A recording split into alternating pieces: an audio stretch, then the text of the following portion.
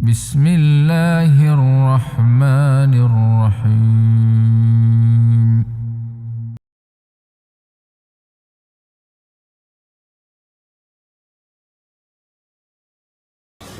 Bismillahirrahmanirrahim.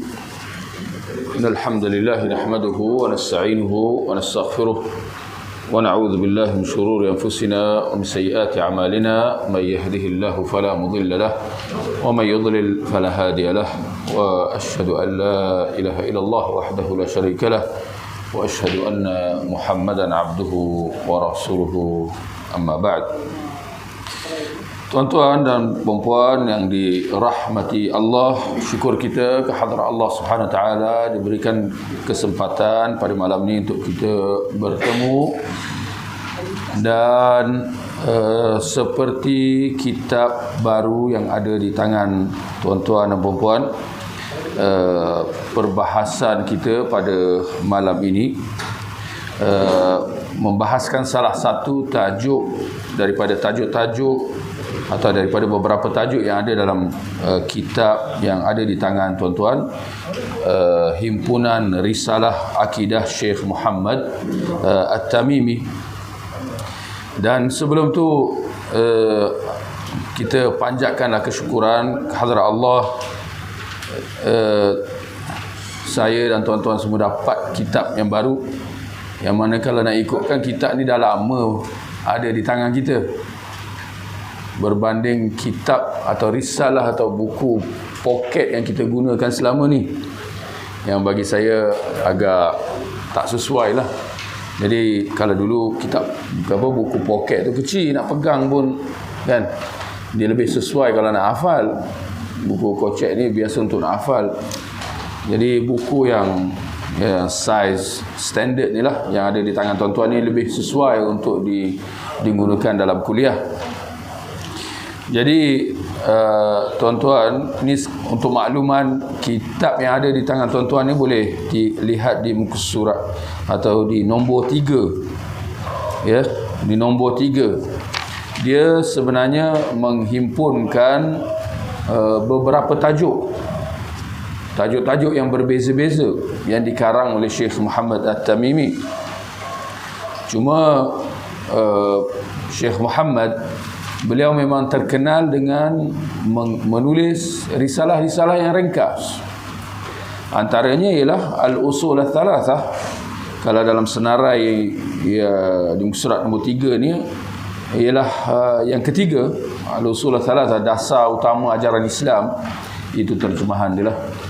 Jadi itu salah satu daripada risalah yang alhamdulillah kita dah bahaskan sebelum ni. Jadi buku ni dia menghimpunkan beberapa risalah, ya, seperti yang tuan-tuan boleh lihatlah di situ. Jadi yang kita akan bahaskan, ya, dalam kuliah kita bermula pada malam ni ialah tajuk yang kelima, Al-Qawaid Al-Arba', kaedah dalam memahami syirik. Ya, kaedah dalam memahami syirik di muka surat 46. Jadi minta maaf lah kalau kita tak ikut turutan itu, sebab tajuk risalah tu dah dipilih lebih awal sebelum dipilih kitab terjemahan mana yang nak diguna. Jadi itulah jadi macam tu, ya. Tapi tak apa, insya-Allah masing-masing ada faedahnya. Jadi tuan-tuan boleh buka terus di muka surat 46 atau 47. Lihat tajuk Al-Qawaid Al-Arba', ya, kaedah dalam memahami syirik. Dan di bawah tajuk pendahuluan tu, ini diletakkan oleh penterjemah lah, ya, penulis asal Syekh Muhammad. Dia tak tulis macam tu, tapi tak apa, dia tulis di situ Bismillahirrahmanirrahim. Aku memohon kepada Allah yang Maha Pemurah. Ini saya cuba betulkan terjemahan tu, mana yang saya kira perlu dibetulkan, ya. Kalau tuan-tuan nak betulkan.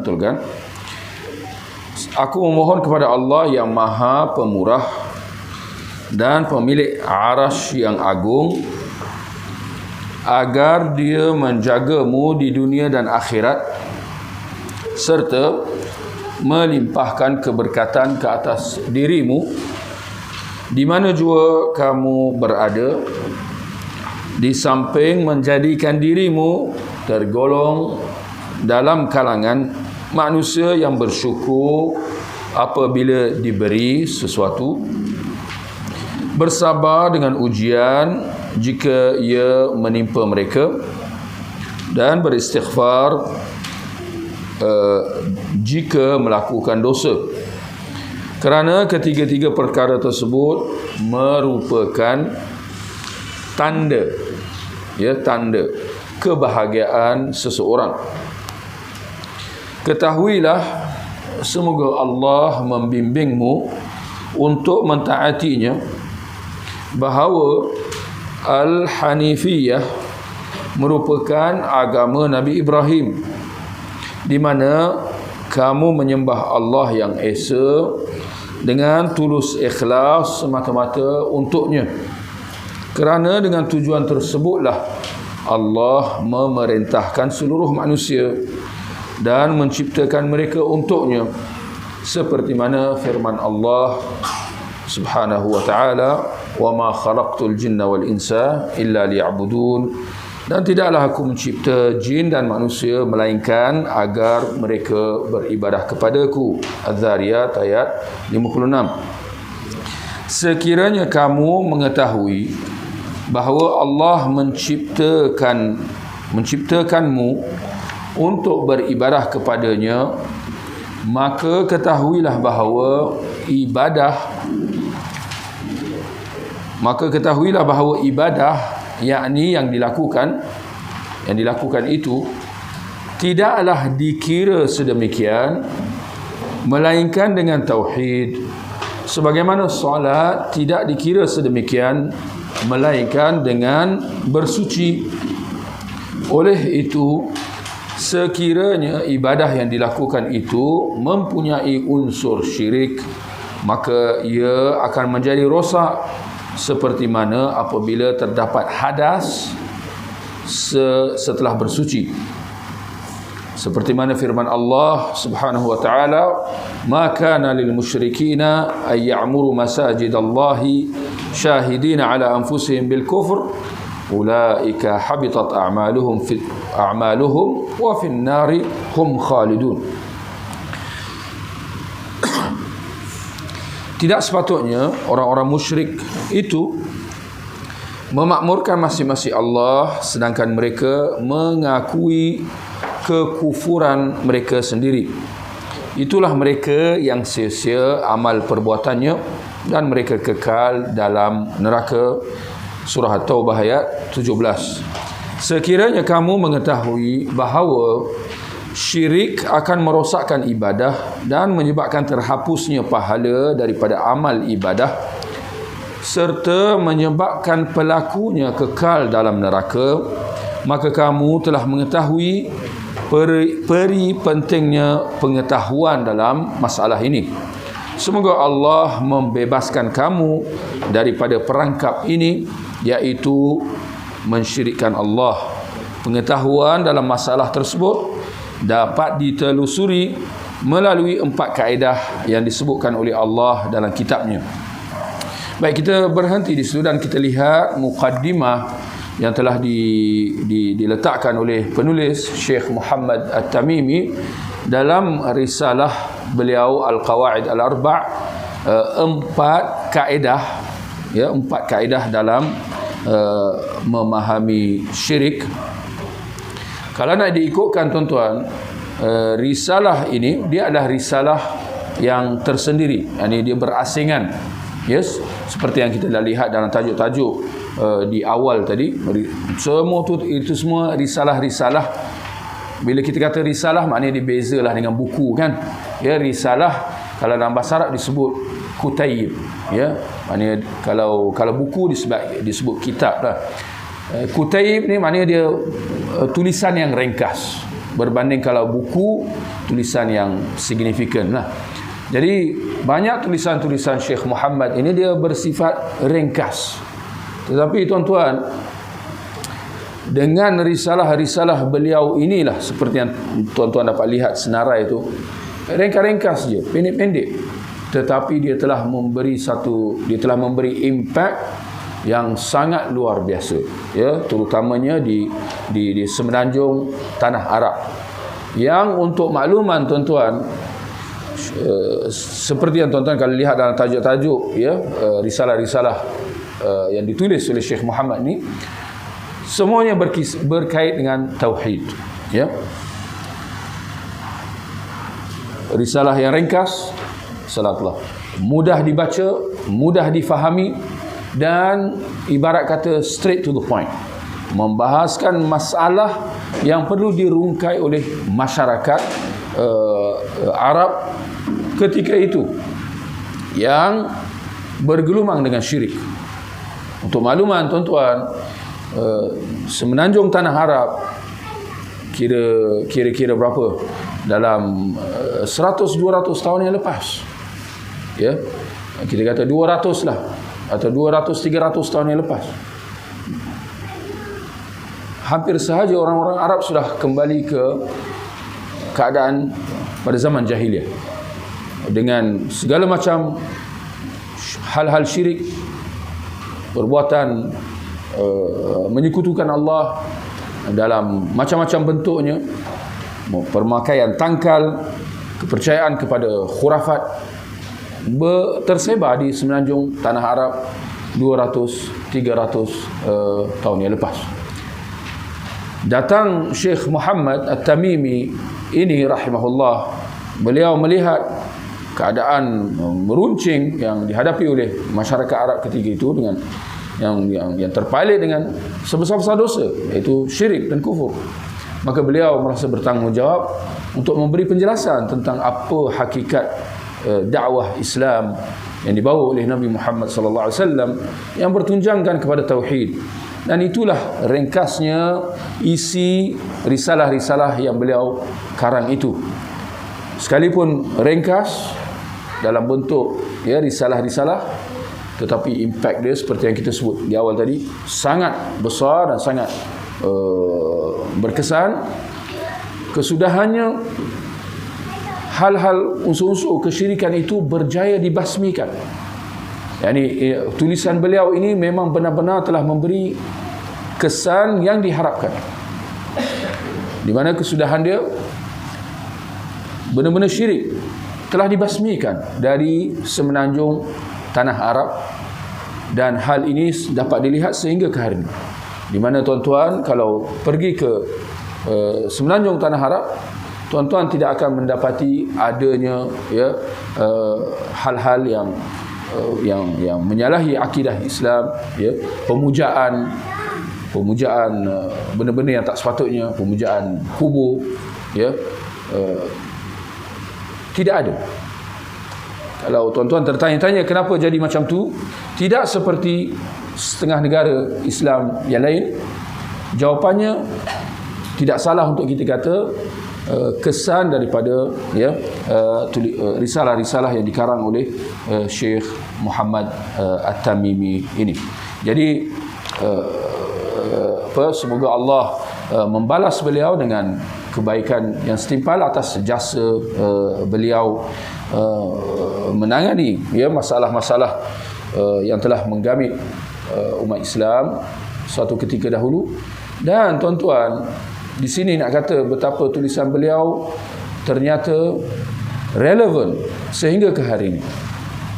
Yani memang bukan dikira tulisan-tulisan yang sudah lapuk ketinggalan zaman, bahkan terus relevan, ya, sehingga ke hari ini, dan sangat wajar untuk umat Islam mengambil manfaat daripadanya agar mereka memahami isi agama Islam yang benar yang dibawa oleh Rasulullah sallallahu alaihi wasallam.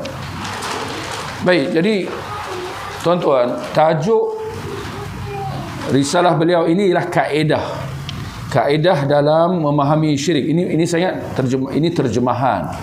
Sedangkan dalam bahasa Arabnya Al-Qawaid Al-Arba'. Kalau nak terjemah secara literal, 4 kaedah. Ya, tajuk risalah dia ialah 4 kaedah. Tapi penterjemah dia rasa terpanggil untuk olah supaya pembaca lebih faham, maka disebut, atau saya ingat lebih cantik kalau ditambah perkataan 4 kaedah dalam memahami syirik. Saya ingat itu lagi cantik. Itu lebih hampir dengan judul asal kitab ni. Apakah yang dimaksudkan dengan kaedah? Kaedah boleh kita kata dari sudut definisinya, maknanya asas yang bercambah daripadanya pelbagai permasalahan dan cabang.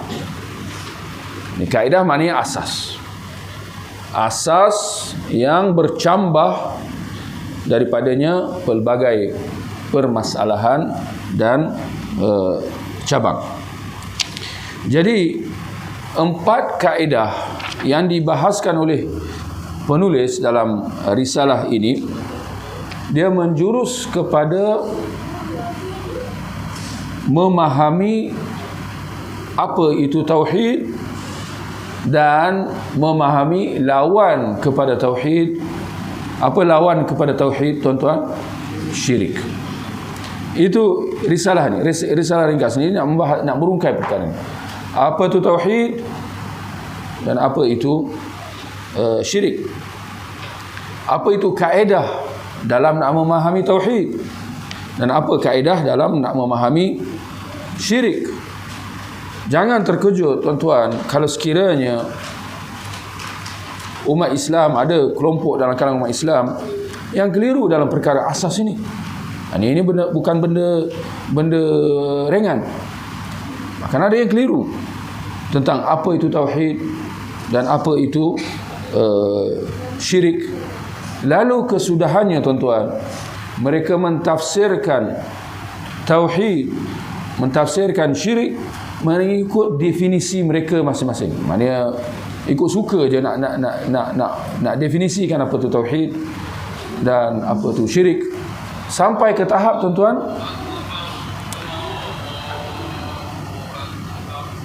asas hakikat makna tauhid mereka keliru. Ketika mana mereka definisikan tauhid dengan makna sampingan yang bukan fokus dalam makna tauhid itu sendiri. Mereka tafsirkan tauhid itu dengan tauhid rububiyah semata-mata. Sedangkan fokus dalam tauhid itu ialah tauhid uluhiyah. Daripada kekeliruan itu, mereka keliru tentang maksud syirik. Lalu kesudahannya, benda yang syirik mereka definisikan sebagai apa, tuan-tuan? Jangan terkejut. Benda syirik didefinisikan sebagai tauhid. Kalau itu bukan kekeliruan yang parah, maka kita tak tahu apa kekeliruan yang lebih dahsyat daripada itu, ya.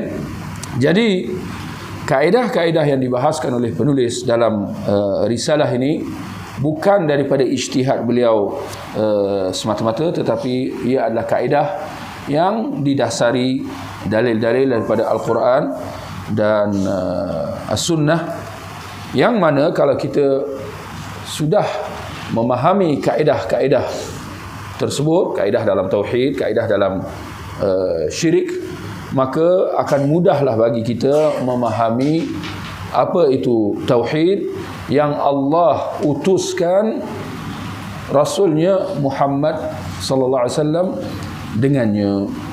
Dan kita juga akan dapat memahami apa itu hakikat erti syirik yang Allah beri amaran serta menjelaskan tentang bahayanya serta kesan buruknya di dunia dan akhirat dalam Al-Quran, seperti mana turut dijelaskan dalam As-Sunnah. Jadi memahami kaedah-kaedah ini cukup penting. Tak salah untuk kita kata dia lebih penting daripada lebih penting. Maknanya penting juga, tapi ini lebih penting daripada kita nak memahami hukum hakam solat, zakat dan perkara-perkara ibadah yang lain. Kenapa? Kerana memahami kaedah-kaedah dalam perkara asas tentang tauhid dan syirik ini, dia ibarat asas lah, ya, yang terbina di bawahnya, atau kita kata di atasnya ibadah-ibadah yang dilaksanakan, yang kita laksanakan. Dengan kata lain, kalau asas kita tak betul, maka segala apa yang kita bina di atasnya akan jadi tak betul juga. Ibarat sebuah rumah, jika rumah itu tidak dibina dengan asas yang kukuh, maka kita akan dapati betapa cepatnya binaan rumah tersebut akan runtuh. Jadi kita lihat tuan-tuan, dalam mukaddimah tadi, ya, Syekh Muhammad dia kata, aku memohon kepada Allah yang Maha Pemurah, pemilik Arash, agar dia menjagamu di dunia dan akhirat, serta melimpahkan keberkatan ke atas dirimu. Yani ringkasnya di sini penulis Syekh Muhammad, dia mendoakan kepada para penuntut ilmu dan para pembaca kitabnya yang ingin mempelajari akidah Islam itu, ingin mencari kebenaran agar dia dapat menyelamatkan dirinya daripada kesesatan dan kesyirikan. Maka orang yang sudah membetulkan niatnya macam tu, ingin mencari kebenaran, ingin memelihara dirinya daripada kesesatan dan kesyirikan, maka orang-orang seperti inilah yang Allah akan jaga di dunia dan akhirat. Dan orang yang Allah telah pelihara di dunia dan akhirat, maka tidak akan ada apa yang akan dapat, tidak akan ada apa mudarat yang akan sampai kepada orang tersebut, sama ada dalam hal-hal agamanya ataupun dalam hal-hal dunianya. Allah menyebut dalam surah Al-Baqarah, Allahu waliyul ladzina amanu. Allah adalah penjaga orang-orang yang beriman. Yukhrijuhum minadh-dhulumati ilan nur. Allah akan menyelamatkan para hamba yang beriman itu dengan mengeluarkan mereka daripada kegelapan kepada cahaya. Siapa golongan yang Allah keluarkan daripada kegelapan kepada cahaya? Para hambanya yang beriman. Tapi sering kita sebut orang beriman, orang beriman, orang beriman. Kita tengok dalam Al-Quran pun sebut, wahai orang beriman. Dalam hadis pun sebut macam tu. Kita kena ingat, bila disebut orang beriman, maknanya orang yang beriman dengan erti kata yang sebenar. Dan bukan sekadar iman maknanya percaya. Tak. Orang beriman secara dasarnya maknanya orang yang merealisasikan tauhid dan menjauhi syirik. Itu, ya, hakikat makna orang yang beriman. Yang kesudahannya Allah akan jaga mereka, mengeluarkan mereka daripada kegelapan kepada cahaya. Kemudian Allah kata, walladzina kafaru awliya'uhumut taghut. Berbeza dengan orang-orang kafir, penjaga mereka siapa? Taghut, sembahan-sembahan mereka selain daripada Allah. Orang-orang kafir, mereka dijaga oleh sembahan-sembahan mereka selain daripada Allah. Sedangkan kita sedia tahu, kalau siapa yang dijaga atau siapa yang menyerahkan urusan dia kepada selain Allah, maka kecelakaan dan kebinasaan sahaja yang akan menantinya, kerana jagaan yang sebenar-benarnya tidak lain dan tidak bukan daripada Allah subhanahu wa ta'ala. Allah sebut dalam surah Muhammad ayat 11, dzalika bi anna Allaha maulal ladzina amanu.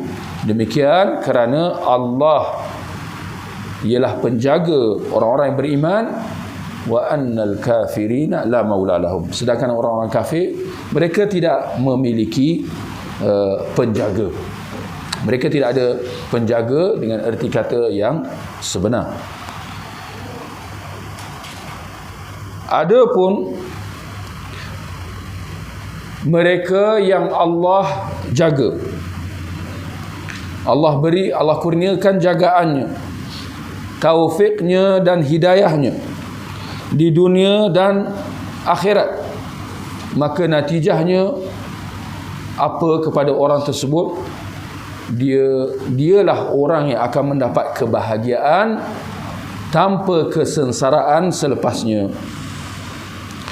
Manakala di dunia Allah akan memeliharanya dengan memberikan petunjuk dan kejayaan untuk dia terus maju di atas jalan yang selamat.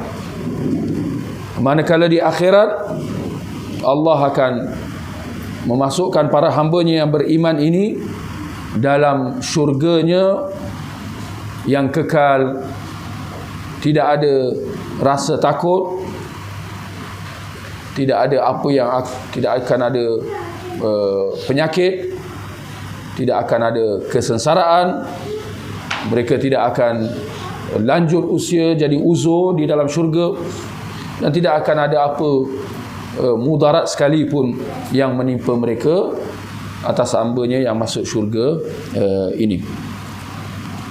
Kemudian penulis dalam mukadimah ini dikata, dan semoga Allah mengurniakan keberkatannya di mana jua anda berada. Di sini kita kata, kalau Allah sudah mengurniakan keberkatan ke atas hamba-Nya itu, maka itulah setinggi-tinggi pencapaian. Kalau Allah dah kurniakan keberkatan, itulah setinggi-tinggi pencapaian. Dengan Allah memberikan keberkatan dalam umur. Dan sebelum tu apa maksud keberkatan, tuan-tuan? Apa maksud berkat? Apa maksud berkat? Ini antara istilah yang biasa kita dengar, tapi kita kena faham. Apa maksud berkat? Kita kata pertambahan, ya, pertambahan dan kurniaan, ya. Orang yang diberkati maknanya orang yang terus mendapat pertambahan dan kurniaan, ya.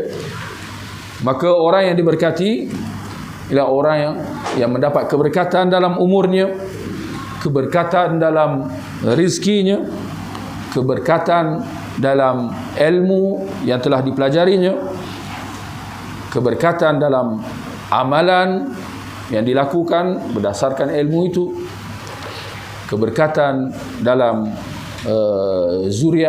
zuriatnya. Maka di mana juga dia akan mendapat keberkatan. Dan tidak dinafikan bahawa ini adalah satu kebaikan yang cukup besar, pemberian yang cukup bermakna bagi si hamba itu daripada Allah Subhanahu wa ta'ala. Kemudian kata penulis dalam mukadimah yang kita baca tadi, dan semoga Allah menjadikan kamu dalam kalangan hamba-Nya yang jika diberi dia bersyukur. Jika diberi dia bersyukur. Berbeza dengan manusia yang apabila Allah beri dia kufur. Apa artinya kufur, tuan-tuan? Antara maksud kufur tu maknanya dia menidakkan, dia menafikan. Diberi nikmat tetapi dia mengingkarinya, dia menafikannya, dia tidak menghargainya. Itu syukur, lawan dia kufur. Ya, kufur nikmat. Kadang-kadang kita tambah lagi kufur nikmat supaya jangan keliru dengan kufur akidah, ya. Ramai daripada kalangan manusia yang diberi nikmat oleh Allah tapi kesudahannya mereka kufur, mengkufurinya dan mengingkari nikmat tersebut. Di samping mereka menggunakan nikmat itu dalam selain ketaatan kepada Allah Subhanahu wa taala. Lalu kesudahannya nikmat itu menjadi asbab kesengsaraannya. Ya. Sebab tu kita kena ingat. Baru-baru ni pun saya ada tulis satu artikel ringkas di Facebook, memperincikan antara nikmat dan musibah. Nikmat dan musibah, yang mana yang baik dan yang mana yang buruk bagi seorang Muslim. Nikmat maknanya kita diberikan ya, dikurniakan rizki dan seumpamanya, itu nikmat. Atau musibah, ini diuji dengan satu ujian atau dengan kemalangan, kecelakaan dan seumpamanya. Semoga Allah pelihara kita. Yang mana satu antara nikmat dengan musibah? Yang mana yang bagus? Rata-rata mungkin menganggap bahawa nikmat itulah yang bagus, sedangkan musibah itu tidak. Sedangkan ini tidak tepat. Berapa ramai mereka yang diberikan nikmat, tetapi kesudahannya nikmat itu menjadi asbab kecelakaan dia.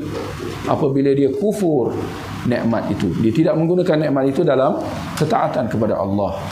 Dan ramai, tak kurang mereka yang apabila Allah uji dengan musibah, lalu kesudahannya Allah tinggikan darjat si hamba itu dikala dia bersabar, ya, dan diterima apa yang Allah takdirkan atasnya itu dengan penuh keredaan. Allah tinggikan darjatnya, lalu kesudahannya musibah itu menjadi asbab kebahagiaannya di akhirat, ya.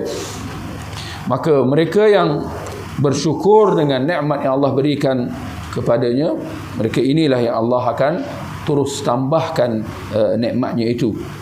Allah sebut dalam surah Ibrahim ayat 7, la in syakartum la azidannakum. Jika kamu bersyukur, maka aku akan tambahkan lagi, ya, nak tambahkan lagi nikmat tersebut. Maka jika kita ingin supaya Allah tambahkan kurniaan nikmatnya ke atas kita, maka wajarlah kita syukuri nikmat yang Allah beri kepada kita, dari sekecil-kecilnya sehinggalah sebesar-besarnya, ya. Kita syukur dengan nikmat Allah tersebut. Sedangkan kalau kita nak supaya nikmat itu dihilangkan oleh Allah, maka jalannya ialah dengan mengkufurinya. Sebab Allah kata, kalau kamu syukur, aku tambahkan. Maknanya kalau kamu kufur, Allah akan kurangkan, ya. Pentingnya kita syukur dengan nikmat yang Allah beri, ya. Orang yang kalau dia tak syukur dengan sekecil-kecil nikmat, maka jangan terkejut kalau dengan sebesar-besar nikmat lagi dia akan kufur. Betul? Kalau sekecil-kecil nikmat pun dia tak bersyukur, ini kan pula, ya, nikmat-nikmat yang besar, ya. Kemudian kata penulis, dan semoga Allah menggolongkan engkau dalam kalangan hamba-Nya yang jika diuji dia sabar. Kalau diberi nikmat, bersyukur. Jika diuji, sabar. Dan ujian dan dunia ini memang tempat ujian. Allah menguji para hamba-Nya. Allah sebut dalam surah Al-Mulk, alladzi khalaqal mauta wal hayat liyabluwakum. Allah menjadikan kehidupan dan kematian di dunia ini untuk menguji kamu. Menguji macam mana? Liyabluwakum ayyukum ahsanu amala. Supaya Allah nak uji kita bagi menilai siapa daripada kalangan hamba-Nya yang elok amalannya. Jadi Allah akan uji kita. Allah akan uji kita dengan musibah-musibah, dengan benda-benda yang kita tak suka, mudarat-mudarat, ya. Allah uji dengan musuh-musuh. Allah uji kita. Allah uji orang Islam dengan musuh-musuh Islam daripada kalangan orang kafir, orang munafikin, ya. Maka ini semua menuntut atas kita untuk kita bersabar dan jangan berputus asa. Jangan berpaling tadah daripada rahmat Allah.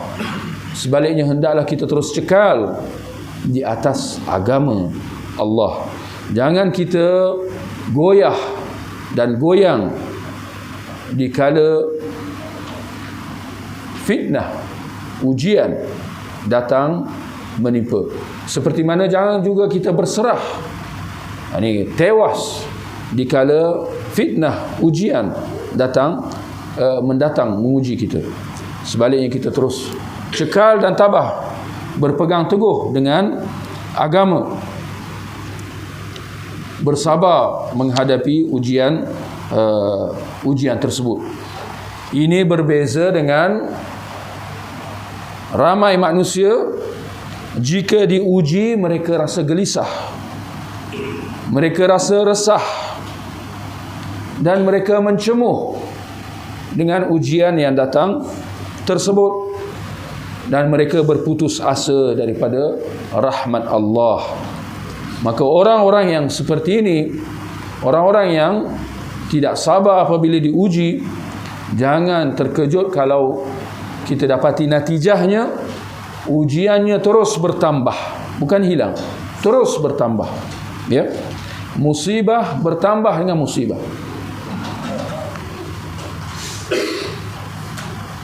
Ada satu ungkapan yang disebutkan oleh sebagian ulama, saya cuba nak ingat balik. Dia kata, musibah yang sebenar dikala musibah datang ialah engkau tak dapat pahala daripadanya. Saya ulang. Musibah yang sebenar dikala musibah datang ialah engkau tak dapat pahala daripada musibah tersebut. Kenapa agaknya seorang itu tak dapat pahala daripada musibah yang datang? Kerana dia tak sabar. Jadi musibah yang sebenar dalam suatu musibah ialah kalau engkau tak sabar. Itu musibah yang sebenar. Sedangkan kalau musibah datang lalu engkau sabar, maka hakikatnya musibah itu apa? Nikmat. Kerana engkau dapat jana pahala, boleh faham? Ya. Demikian sebaliknya, kalau nikmat yang Allah beri, tapi kemudian kamu tak syukur, maka nikmat itu sebenarnya apa? Nikmat itu sebenarnya azab. Dan sebaliknya, kerana engkau tak syukur, lalu natijahnya nikmat itu menjadi asbab apa? Menjadi asbab azab atas orang yang tak bersyukur tadi.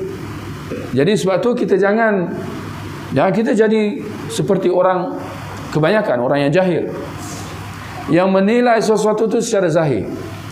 Mereka menganggap bahawa kekayaan yang Allah beri pada seseorang, ya, limpahan kurniaan, tak kiralah kesihatan, keluarga, jawatan, ya, harta benda, itu semua nikmat. Manakala kesusahan, kepayahan, ujian, musibah yang Allah timpakan atas seorang itu, maka itu semua buruk. Tak. Baik dan buruk tu bukan sekadar dengan melihat ya nikmat atau musibah. Tak. Baik atau buruk itu dinilai dengan reaksi kita terhadap nikmat dan musibah itu. Maka jika kita syukur dan sabar, maka dia baik. Berbanding kalau kita kufur dan kita berputus asa, maka itulah keburukan yang sebenar, itulah azab yang sebenar. Jadi yakinlah bahawa orang-orang kafir yang Allah Maha Pemurah. Allah kurniakan macam-macam, kita tengok kan. Saya ingat kalau tuan-tuan tengok senarai orang terkaya di dunia, saya ingat siapa? Abu Bakar, Umar, ada ke? Tak, semua entah John, entah George, entah apa, orang kafir lah. Betul? Senarai orang yang terkaya di dunia lah. Ini yang diorang kata lah, betul tak betul, itu lain cerita lah. Tapi yakinlah bahawa itu semua akan, jika mereka mati dalam kekufuran, yakinlah bahawa semua kekayaan yang Allah beri itu akan menjadi asbab azab mereka. Lagi bertambah azab. Lagi kaya, lagi kufur, maka lagi bertambah azab yang Allah timpakan atas mereka. Bersabar apabila diuji. Dalam sebuah hadis yang diriwayatkan oleh Imam Ahmad, hadis yang sahih, Nabi SAW bersabda, "Inna Allah idza ahabba qauman ibtalahum." Sesungguhnya Allah, jika dia cinta dan sayang kepada sebuah kaum, Allah akan uji mereka. Lihat, kita kena hayati hadis ni betul-betul, sebab ramai di luar sana keliru. Ramai yang menganggap bahawa kalau Allah uji, maknanya Allah tak sayang. Salah. Hadis ni menunjukkan sebaliknya. Kalau Allah sayang seseorang, Allah akan uji dia lagi. Ini Allah akan timpakan musibah segala macamnya lah. Sakit, kurang harta, kemiskinan, ya, ketakutan, kurang makan minum, Allah uji. Lagi Allah sayang, lagi Allah uji. Dan contoh paling jelas ialah seperti mana yang kita lihat berlaku ke atas junjungan besar kita Nabi Muhammad sallallahu alaihi wasallam. Adakah Rasulullah seorang kaya, seorang raja, maharaja yang kaya raya, rumah besar, ya, harta banyak, makan minum semua cukup? Kita akan dapati tidak. Rasulullah hidup dalam serbi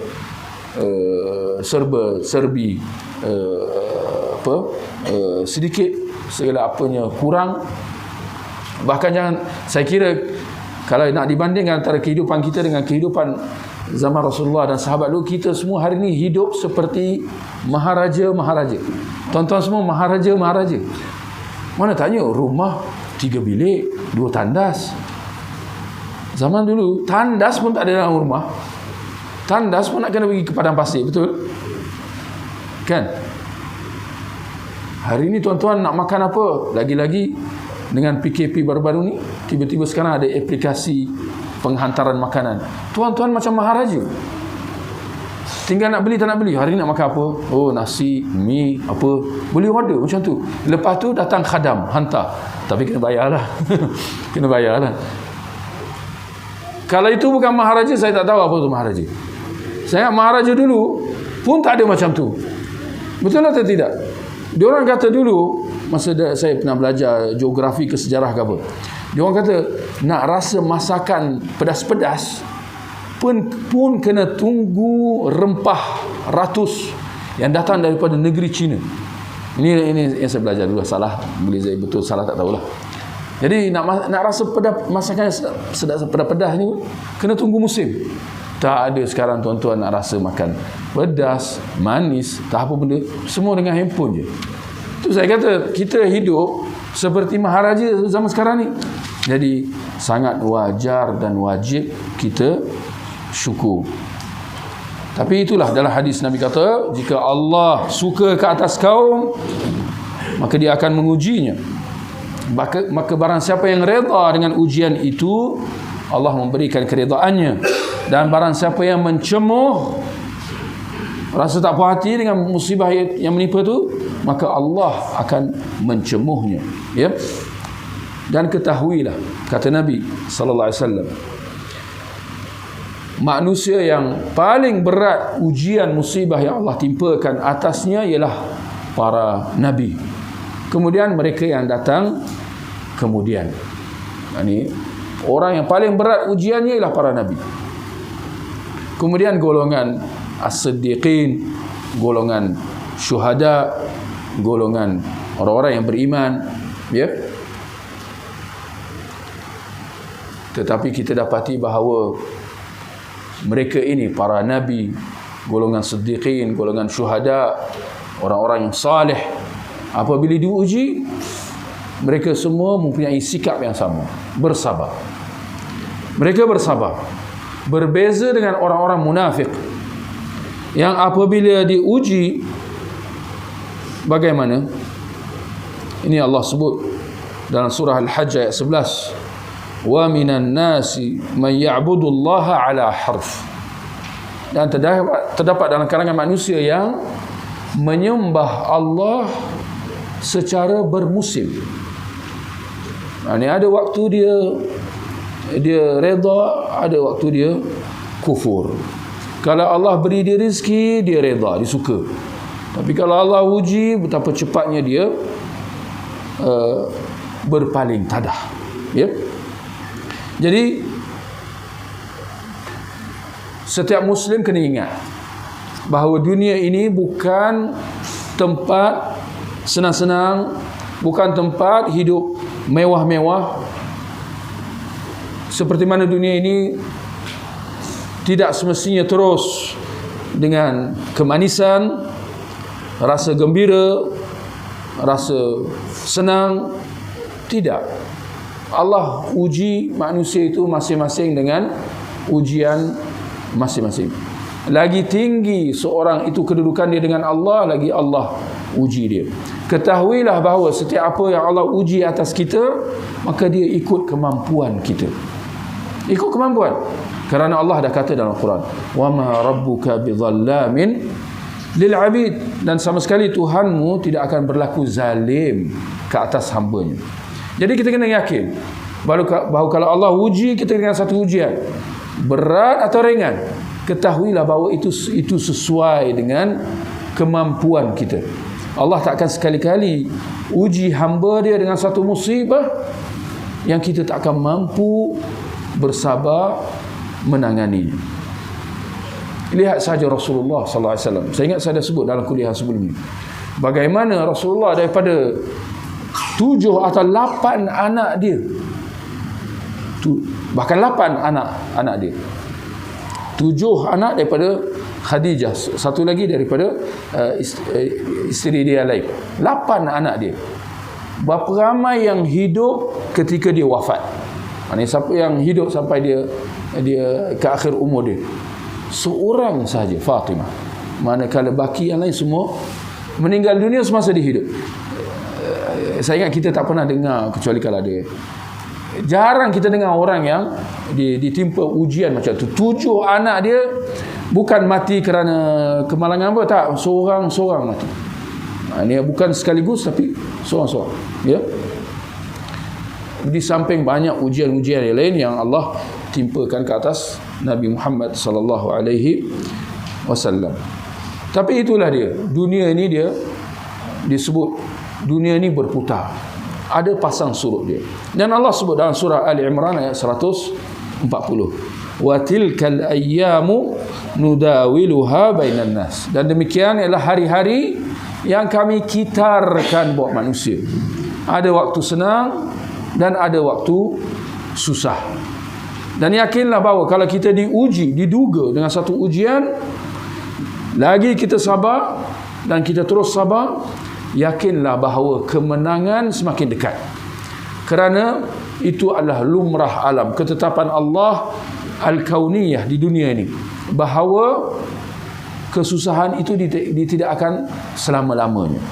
Seperti mana kesenangan juga dia tidak akan selama-lamanya.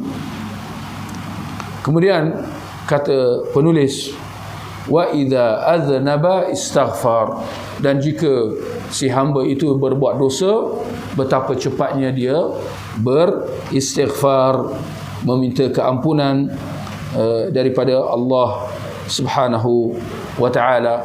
Demikian adalah sifat orang yang beriman, tidak seperti mereka yang kufur. Apabila dia berbuat dosa, apa dia buat? Apa jadi? Dia terus bertambah buat dosa. Kalau orang beriman, apabila dia buat dosa, betapa cepatnya dia beringat, kembali kepada Allah dan bertaubat. Berbanding dengan orang yang kufur, lagi dia buat dosa, makin lama makin dia hanyut. Jadi kita ingin ingat tuan-tuan, ini kita muhasabah selepas ni. Kalau kita buat dosa, na'udzubillah, semoga Allah pelihara kita. Tapi kalau kita teringat dan kita rasa tak senang, kita rasa gelisah, kita rasa bersalah, maka ketahuilah bahawa iman ada dalam hati. Maka wajarlah untuk kita bergegas, bertaubat kembali kepada Allah. Awas, jangan kita abaikan rasa gelisah dan takut tadi. Kita biarkan dan kita terus bergulumang.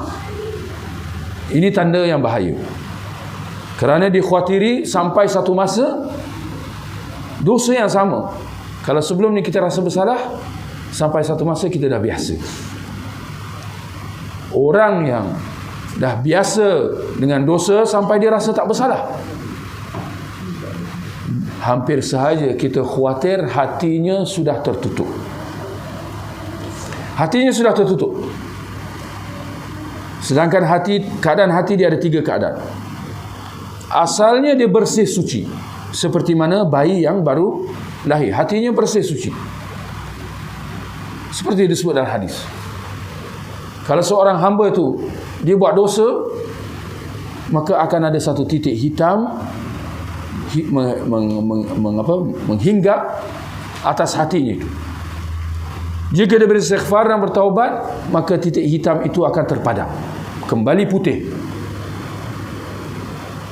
Tetapi kalau dia abaikan dan dia terus bergulumang, Nabi SAW mengatakan titik hitam tu akan bertambah dan bertambah. Kemuncaknya apa, tuan-tuan? Sampai satu masa hati itu sudah gelap.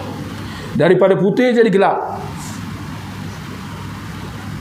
Orangnya mungkin kulitnya putih, tapi hatinya gelap. Gara-gara dosa-dosa yang dia bergelumang di atasnya. Dan kita boleh bayangkan, tuan-tuan, Nauzubillah, bagaimana kalau keadaan hati seorang itu kalau sudah gelap. Hati itu sudah gelap. Bagaimana agaknya cahaya hidayah, cahaya iman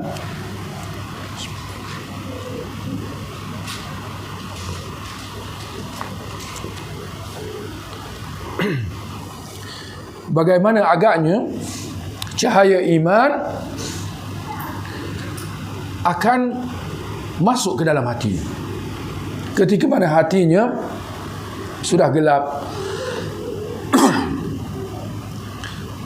Saya ingat macam cermin gelap lah kat kereta kan.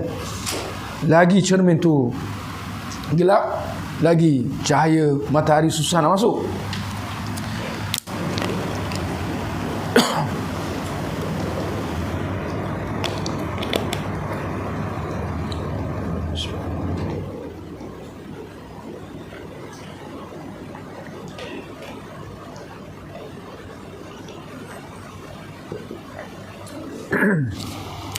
Baik, ini minta maaf kadang-kadang cakap kuat sikit dia lari tune. Baik, kafarah insyaAllah. Baik. Jadi demikian keadaan hati. Asalnya putih, tetapi jika dia dinodai dosa dan maksiat, maka dia akan ada tumpukan-tumpukan hitam. Yang mana kalau orang yang terus bergelumang, tidak sedar diri, dia terus lalai, kesudahannya hati itu akan jadi gelap.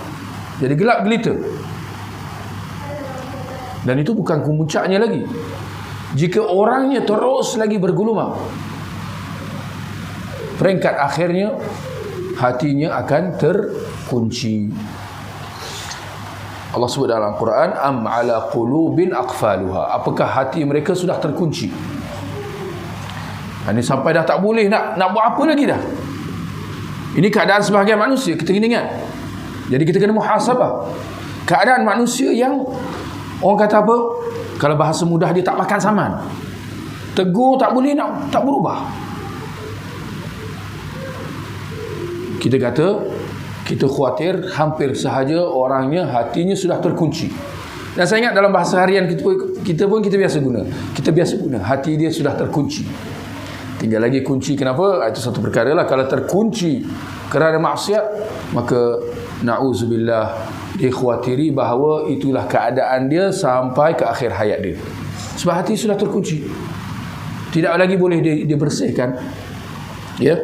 Jadi kita kena ingat, muhasabah diri kita masing-masing. Adakah kita masih lagi rasa bersalah kalau kita buat dosa? Alhamdulillah. Alhamdulillah. Sebab kita kullu bani Adam khata'. Tidak ada dalam kalangan manusia ni kecuali dia buat salah. Pasti ada maksiat. Beza dia sikit atau banyak. Tapi kalau kita rasa bersalah, alhamdulillah, itu tanda iman. Maka kalau kita segera kembali kepada Allah, bertaubat, dosa itu akan terhapus dan hati akan kembali putih seperti sedia kala. Tapi awas, Kalau kita biarkan hati kita akan jadi gelap seperti yang kita sebut tadi, dan kemuncaknya terkunci. Dan saya terlintas nak bagi contoh, cuma mungkin sensitif sikit, minta maaf lah. Kita bagi contoh supaya faham, sebab dengan contoh kita akan faham. Itu tujuan bagi contoh. Orang yang diuji dengan isap rokok. Isap rokok, bagi saya beza antara orang yang isap rokok sembunyi-sembunyi dengan orang yang isap rokok di hadapan khalayak. Minta maaf, saya khawatir mereka yang isap rokok di hadapan khalayak, hatinya tidak menggembirakan. Keadaan hatinya tidak menggembirakan, bahkan mendukacitakan. Sebab dia dah tak ada rasa bersalah. Sebab tu dia macam tak ada je apa. Jangan nak depan orang, depan anak isteri pun isap. La haula wala quwwata illa billah. Kalau kau nak pergi matikan orang-orang yang kat luar ni dengan asap rokok kau, itu satu hal. Tapi dengan anak bini sekali dia hembus dengan asap rokok, itu saya tak boleh brain lah tuan-tuan. Ya, saya takut hati memang bukan dah hitam, bahkan musibah. Hati yang musibah, yang nak mencelakakan anak isteri sekali dengan asap rokok. Ini satu, kena ingat. Kalau siapa yang isap rokok tu, semoga Allah pelihara kita. Tapi dia malu-malu, segan-segan, itu tanda iman, insya-Allah. Tinggal lagi dia kembali ke pangkal jalan, segera kembali ke pangkal jalan atau tidak. Kalau dibiarkan, kita takut lama-lama dia jadi biasa juga. Satu lagi, dengan muzik. Dengan muzik,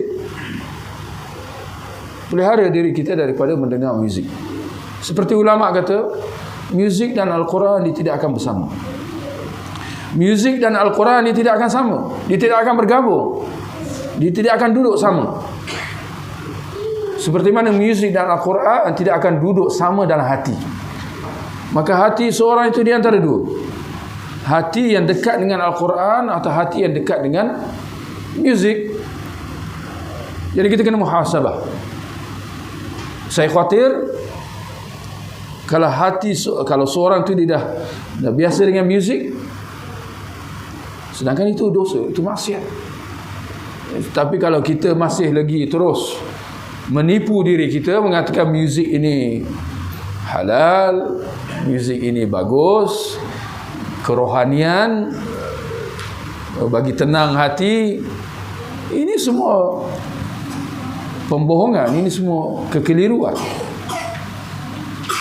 Saya nak tanya tuan-tuan, jika benar muzik memberi ketenangan, halwa telinga lah, halwa hati lah, gerangan apa dalam kalangan pemuzik bunuh diri? Betul tak tidak? Saya nak tanya tuan-tuan lah, pernah tak dengar orang yang hafiz Al-Quran bunuh diri? Kalau dia bunuh diri itu bukan hafiz Quran lah namanya. Tak ada. Bagi saya mustahil. Tapi ahli muzik bunuh diri itu biasa, lumrah. Betul? Sedangkan logiknya, kalau muzik ini memberi ketenangan, maka dialah yang paling sampai ke makam paling tinggi dalam ketenangan. Tapi kita dapati bahawa ahli muzik ni lagi dia berkecimpung dalam muzik. Maknanya muzik itulah kerja dia, hari-hari muzik. Kita dapati bahawa hati dia makin merana. Betul atau tidak? Sampai kemuncaknya dia bunuh diri. Maknanya apa? Hatinya tenang atau hatinya gundah gelana. Jadi kita kena ingat, jangan kita abaikan. Sebab ini soal jaga hati. Ini soal sama ada kita bersikap seperti yang disebut oleh penulis. Apabila dia buat dosa, dia segera beristighfar. Tapi orang yang terus dengar muzik, itu dia bukan segera istighfar, itu dia terus bergelumang. Jadi ini bahaya. Dan kita kena muhasabah. Bila kita dengar Al-Quran, kita baca atau kita dengar, kita rasa tenang atau tidak? Tapi kalau kita tak sedar, bingit, bahaya. Hati kita suka dengan Al-Quran, hati kita, telinga kita lebih suka dengan muzik berbanding Al-Quran. Saya kira ini musibah. Jadi kita kena muhasabah.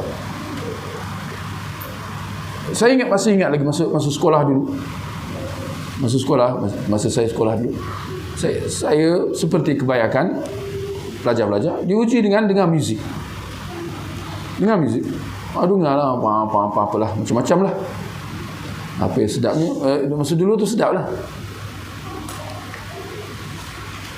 Tapi alhamdulillah, bila kita belajar,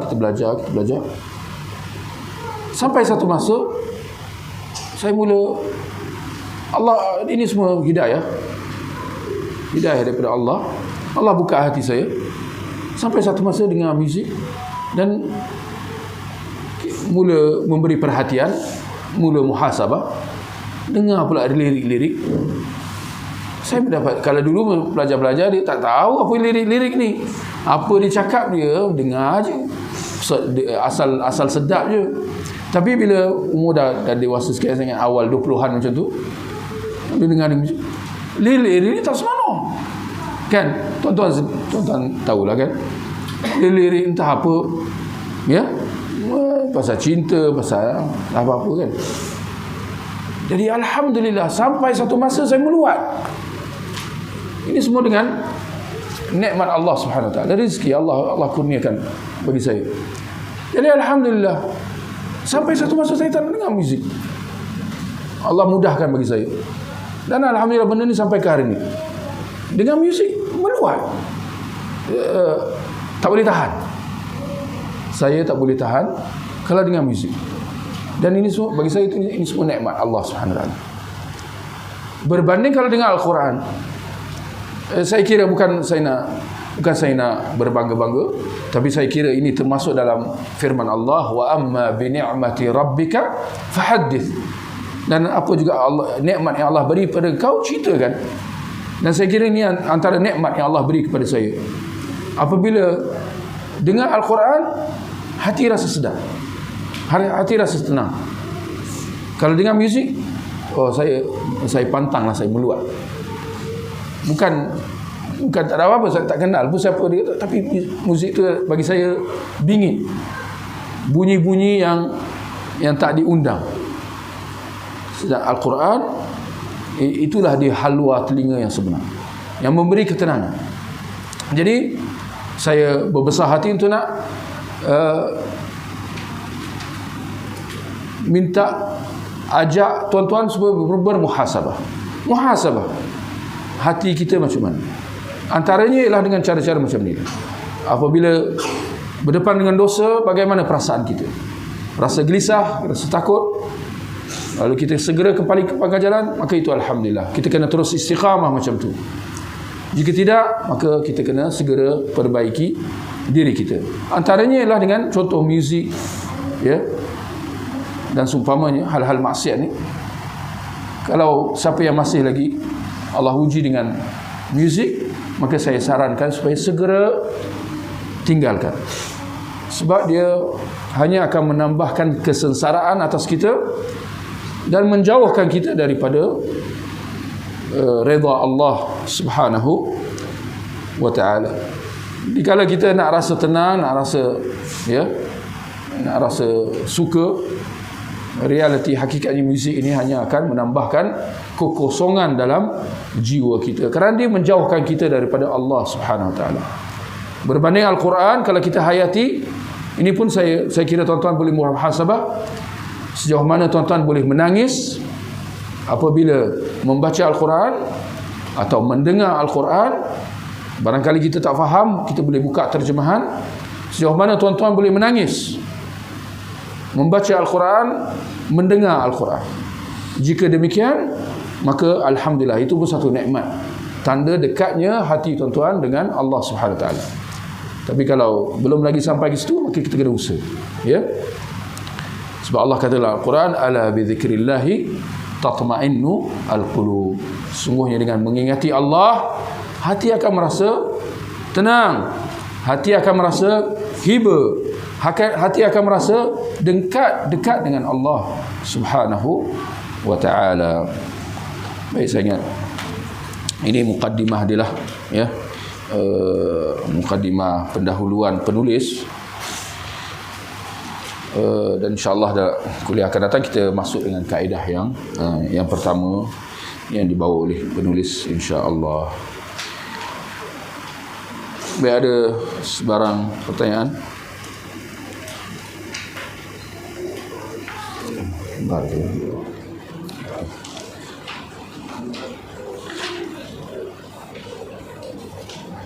Baik, di sini ada pertanyaan. Bagaimana Assalamualaikum. Bagaimana memahami makna sebenar atau bagaimana cara sebenarnya dalam bersabar pada masa kini yang mana banyak berlaku perkara-perkara yang mencabar kedaulatan atau kemurnian Islam, seperti menghina Islam, Nabi dan Allah. Adakah bersabar itu dengan berdiam diri atau luahkan perasaan dalam media sosial menuntut agar kerajaan mengambil tindakan tegas terhadap pihak-pihak yang terlibat?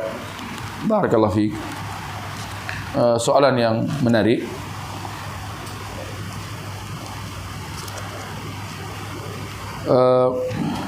Saya kira perkara ini boleh dilihat daripada dua sudut, ya. Tidak dinafikan bahawa penghinaan, ya, atau disebut tadi perkara-perkara yang mencabar kedaulatan dan kemurnian Islam, menghina Islam, Nabi dan Allah, tidak dinafikan bahawa penghinaan ke atas agama itu musibah. Itu satu musibah yang menuntut daripada satu sudut kesabaran, kerana dia musibah. Kita kena menahan diri kita. Tinggal lagi, saya ingat mungkin dalam soalan tadi macam saya merasakan ada kekeliruan dalam perkara ini. Tinggal lagi apa yang dimaksudkan dengan sabar apabila melihat agama dihina. Bukan sabar di sini dengan kita berdiam diri. Bukan itu maksud dia. Sabar di sini ialah dengan kita tidak bertindak dengan cara yang tidak sewajarnya. Seperti Allah sebut dalam Quran, siapa ingat ayatnya? Wala tasubbu alladhina yad'una min dunillah. Siapa ingat ayat dia? Cuba carikan ayat dia. Wala tasubbu. Maksud dia, dan jangan kamu mencela mereka yang mencela Allah. Jangan kamu mencela mereka yang dan jangan kamu mencela ada ayat dia. Baca ayat dia. Baca ayat dia. Wala tasubbu. Ada.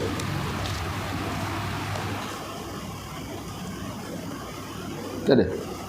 Wala tasubbu alladhina yad'una min dunillah fayasubbullah. Wala tasubbu alladhina yad'una min dunillah fayasubbullah adwan bighairi ilm. Dan janganlah kamu mencela mereka yang menyembah selain Allah sehingga menyebabkan mereka mencela Allah. Mencela sembahan-sembahan selain Allah wajar, patut, sebab dia adalah perkara yang paling tak wajar di dunia, sembahan-sembahan selain Allah.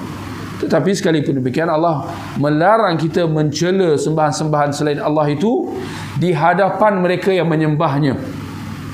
Kenapa? Kerana reaksinya mereka akan cela Allah, sedangkan Allah tidak layak untuk dicela.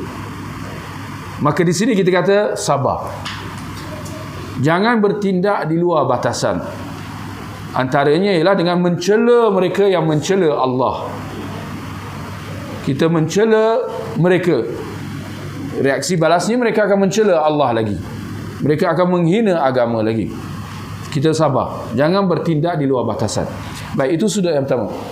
Sudut yang kedua, apabila melihat agama Islam dihina, diperlecehkan, bukan dengan berdiam diri. Ini menyalahi amar ma'ruf, perintah amar ma'ruf nahi munkar. Dalam hadis Nabi sallallahu alaihi wasallam mengatakan, "Man ra'a minkum munkaran falyughayyirhu bi yadihi." Barang siapa yang melihat satu kemungkaran, maka hendaklah dimencegah dengan tangan. Fa illam yastati' fa bilisanihi. Kalau dia tak mampu dengan tangan, maka dengan lidah. Kalau tak mampu nak tegur dengan lisan, maka paling tidak dibenci dalam hati. Sedangkan penghinaan ke atas agama itu adalah sebesar-besar kemungkaran. Maka wajib kita bertindak. Kalau kita ada kuasa, kita bertindak dengan zat. Kalau kita mampu, kita ada kuasa, maka kita cegah dengan tangan mereka yang mencela agama. Seperti yang baru-baru ini kita lihat, alhamdulillah pihak berkuasa bertindak dengan cekap dan pantas. Kita berterima kasih ke atas rumah kelakar, House of Humor, Club of Humor, tak apa benda. Humor House. Crack House apa benda pula cracknya. Crack House lah. Ialah kelab gelak ketawa lah. Yang mana isinya semua menghina agama je. Tapi alhamdulillah, ini kelebihan tinggal di negara Islam, tuan-tuan. Kalau di negara barat, ini dianggap kebebasan suara. Memang iman kita akan lagi diuji lah. Ya. Tapi alhamdulillah pihak berkuasa, polis, ya, majlis perbandaran bertindak, dan baru-baru ini diputuskan bahawa kelab gelak ketawa tu ditutup selama-lamanya dan pemiliknya disenarai hitamkan daripada membuka apa perniagaan di Kuala Lumpur lah. Jadi kita berterima kasih, alhamdulillah. Ini bagi pihak berkuasa bertindak sedemikian kerana dia ada kuasa tangan. Dia boleh tutup. Kalau bagi yang tak ada kuasa, paling tidak dengan lidah, lisan. Dan saya ingat zaman sekarang kita ni dengan media sosial, dengan masing-masing ada telefon, saya kira kita tak ada alasan untuk tegur, bertindak, berkata yang benar, mencegah yang mungkar dengan menulis. Kalau bukan dengan lisan, kita boleh menulis, berkata sesuatu, menegur di media sosial. Semua mampu buat. Kalau seminimumnya buat tanda, tapi sekarang tanda macam ni tak ada kan? Tanda tak bagus sekarang ni media sosial tak ada dah. Dia ada tanda bagus je. Ini propaganda juga, konspirasi juga. Tapi tak apa, bersuara. Saya bantah, saya tak setuju. Kata, ringkas. Kalau boleh bercakap, kalau ada ilmu, bagi lebih sikit. Paling tidak, kata, nyatakan. Jangan berdiam. Jangan berdiam. Kerana, kalau kita tak cegah dengan tangan, kalau kita berdiam, maka itu tanda apa? Kita kena pastikan hati kita benci lah. Tapi kalau benci dengan hati sekalipun, Nabi kata, itu adalah selemah-lemah iman. Ya? Jadi adakah bersabar itu dengan berdiam diri saja? Tidak. Bersabar, jangan bertindak di luar batasan, dengan di luar undang-undang. Itu sabar. Tapi tegur, ya, tegur, ya, nasihat, berkata yang benar, menolak apa yang mungkar itu, ya. Baik, satu lagi saya tengok atau luahan perasaan dalam media sosial menuntut agar kerajaan. Baik, di sini saya ingat kita kena ambil perhatian. Mengapa kalau ada apa-apa yang berlaku, kita cepat nak mengalihkan tanggungjawab itu kepada kerajaan? Kita tuntut kerajaan buat macam ni, buat macam tu. Seolah-olah kita sendiri tak ada tanggungjawab. Adakah begitu? Jawapannya tidak. Bahkan masing-masing daripada kita ada tanggungjawab. Bukan tanggungjawab itu bukan semua dipikul oleh kerajaan semata-mata. Ya, benar, kerajaan itu ada tanggungjawab. Tetapi kita tidak akan dipertanggungjawabkan atas tanggungjawab kerajaan. Betul atau tidak? Kita bertanggungjawab atas tindak tanduk kita. Kita boleh meminta Dan dalam hubungan kita dengan pemerintah,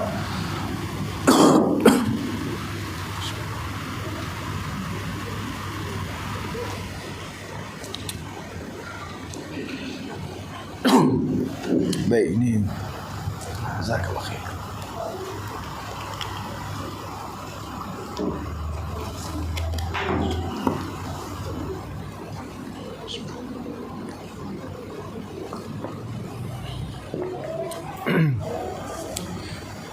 Dalam hubungan kita dengan pemerintah ada garisan-garisan yang perlu dipatuhi.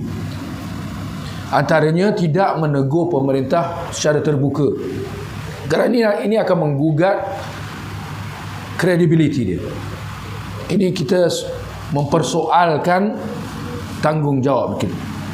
Jadi kalau nak tegur pemerintah ni ada cara dia. Perlu dilakukan secara sembunyi-sembunyi, bukan di hadapan khalayak. Kalau kita mampu. Kesudahan dia, bagi saya, serahkan urusan pemerintah itu kepada pemerintah. Itu tanggungjawab dia. Allah akan persoalkan dia. Dan lebih baik kita fokus dengan tanggungjawab kita. Ini yang kita sebutkan di awal tadi.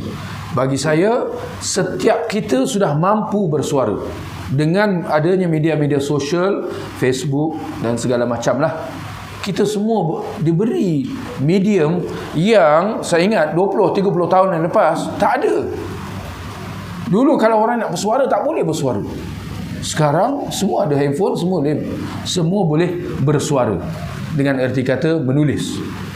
Jadi sejauh mana kita melaksanakan tanggungjawab kita. Saya ingat itu poin yang lebih penting yang patut kita ambil kira berbanding dengan soal kita nak menuntut kerajaan buat ni, kerajaan buat tu. Kalau kita berada di posisi kita boleh bagi nasihat, bagi tunjuk ajak, maka itu tanggungjawab kita. Tapi bagi masyarakat kebanyakan, barangkali kita tak ada kedudukan itu, maka di sini kita mainkan peranan kita masing-masing. Ya. Baik, kemudian ada pertanyaan di sini, dalam usaha beristighfar selalu masih teringat kesalahan yang lalu. Bagaimana untuk memperbaiki? Dalam usaha beristighfar selalu masih teringat kesalahan yang lalu. Mungkin saya kurang jelas apa maksud dia. Tetapi adakah maksud dia bila kita dah beristighfar, maknanya kita bertaubat atas satu kesalahan, lalu kita terkenang dosa yang lalu dan kita khawatir bahawa dosa itu masih ada. Adakah itu maksud soalan? Jika itu maksudnya, maka itu tanda yang baik. Itu tanda yang baik. Kerana tidak ada Muslim yang antara sifat orang Muslim dan beriman itu dia beristighfar, bertaubat. Tidak ada sifat orang Muslim itu yang mendabik dada sesudah dia beristighfar, menganggap bahawa dia sudah selamat, dosanya sudah dihapuskan. Itu bukan sikap atau sifat orang Muslim. Bahkan setiap Muslim itu dia khawatir dengan dosa-dosa dia, walaupun tidak bertaubat, tapi dia khawatir. Kerana tidak ada jaminan bahawa istighfarnya itu diterima. Mana jaminan? Betul atau tidak? Tidak ada jaminan bahawa taubatnya Allah terima. Mana dapat sijil, taubat engkau lulus. Itu kalau dalam Kristian dia ada lah. Dalam Kristian dia ada confession. Tuan-tuan tahu kan? Confession. Macam itulah lebih kurang. Dia ini dalam Katolik ke apa?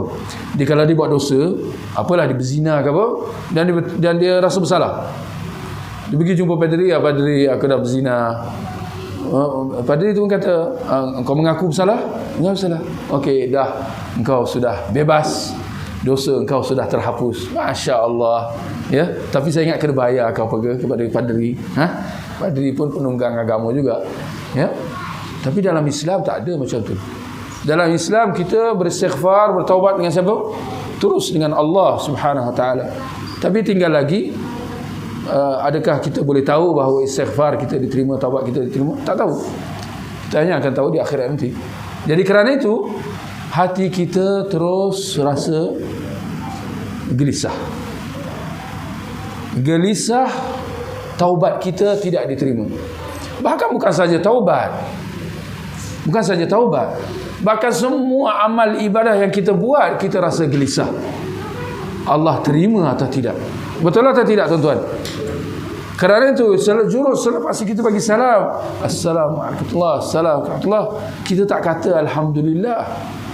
Logik je katalah Alhamdulillah dah selesai sembahyang. Tapi sunnah kata apa? Istighfar, Astaghfirullah. Kerana khawatir barangkali ada kesalahan-kesalahan, kecacatan, kekurangan dalam solat yang kita telah buat tadi secara sedar atau tidak. Jadi kita khawatir solat kita itu ada kelemahan. Kita tidak mendabik dada. Alhamdulillah selesai, lega. Ya. Tak. Kerana itu Umar Al-Khattab ketika mana dia tahu seorang sahabat penyimpan rahsia Rasulullah, saya tak ingat nama sahabat penyimpan rahsia itu, siapa ingat disebutlah. Sahabat penyimpan rahsia Rasulullah sallallahu alaihi wasallam. Apa rahsia yang disimpan? Rahsianya ialah Rasulullah mengkhabarkan kepada dia beberapa nama orang-orang munafik. Rasulullah bagi tahu kat dia lah secara personal, orang-orang munafik ni sekian yang ada di Madinah ketika itu. Umar rasa takut. Dia ada dalam senarai. Maksudnya apa? Kalau Umar takut diri dia munafik, kalau Umar takut dia ada dalam senarai orang-orang munafik, sampai dijumpa sahabat tu, dia kata, aku sebut dengan nama Allah, aku nak engkau bagi tahu ke aku ada dalam senarai atau tidak. Apabila dia diasak, akhirnya sahabat tu bagi tahu, engkau tak ada dalam senarai. Tapi demi Allah, aku tak akan bagi tahu sesiapa lagi selepas engkau. Yang aku bagi can kat engkau sebab kau dah sebut dengan nama Allah tadi. Tapi pelajaran di sini, kalau Umar pun sendiri dia takut termasuk dalam senarai orang munafik, jadi gerangan apa kita semua nak mendabik dada mengatakan bahawa kita sudah selamat dan kita orang beriman. Bahkan setiap kita kena khawatir ada sifat-sifat munafik dalam diri kita, dan maka kita sentiasa bermuhasabah, memperbaiki diri kita. Sebab itu beza antara orang beriman dengan orang munafik. Beza antara orang beriman dan orang munafik. Orang beriman apabila dia melakukan walau sekecil-kecil kesalahan, dia menganggap hampir sahaja dunia langit runtuh atas dia kerana kesalahan itu. Walaupun barangkali kesalahan itu kecil, tapi dia melihatnya besar. Berbanding orang munafik, dikala dia buat sebesar-besar dosa, dia menganggapnya seperti lalat yang hinggap di atas bahunya, lalu dia buat macam ni je, tak ada apa-apa. Beza. Jadi orang beriman dia takut dengan kesalahan-kesalahan, dosa-dosa, maksiat-maksiat yang dia terjebak. Berbanding orang munafik, itulah yang merasa senang dan selesa mendabik dadanya. Ya. Jadi dalam urusan beristighfar selalu masih teringat kesalahan yang lalu, saya kira itu lumrah. Dan itu menjadi peringatan dan sempadan bagi kita supaya jangan terjebak buat lagi. Ya. Jadi tidak ada istilah nak memperbaikinya. Bahkan itu adalah sifat orang beriman yang sentiasa bermuhasabah, ya, dan beringat. Ya. Baik, saya ingat sampai di situ. Ada soalan tanya ni ke? Ada soalan yang lain?